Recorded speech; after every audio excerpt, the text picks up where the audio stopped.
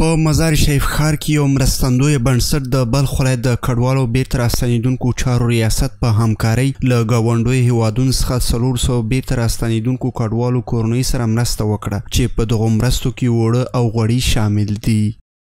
امروز خوشبختانه به اساس هدایت جناب آقای نبیزاده مؤسس بنیاد نبیزاده بر تعداد 400 نفر از مهاجرینی که تازه وارد است و ریاست مهاجرین از طرف ریاست مهاجرین اونا شناسایی شده و برای فعلا از طرف مهاجرین ریاست مهاجرین مامورین ریاست مهاجرین تنظیم شده.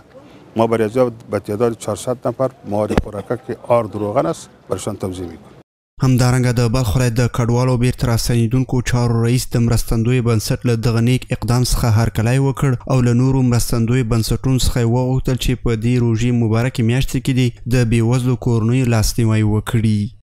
د خیریه بنسټ د نبیزاده څخه زموږ دا خواهش ده چې دی بار بار زموږ سره په تیر کال هم د مهاجرینو په هجوم کې دی زموږ سره همکاري کوله، په کمپ کې همکاري را سره کړې ده.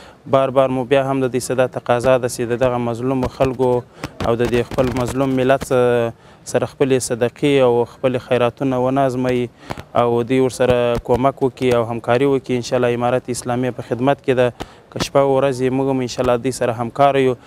بلخوا بیا هغه کورنۍ چې مرستې ترلاسه کړي دي د مرستندوی بنسټ څخه خوښي څرګندوي او ټینګار کوي چې باید نور خیرخوا کسان هم د روژې مبارکې میاشتې کې د بېوزلو کورنیو سره خپلې مرستې وکړي.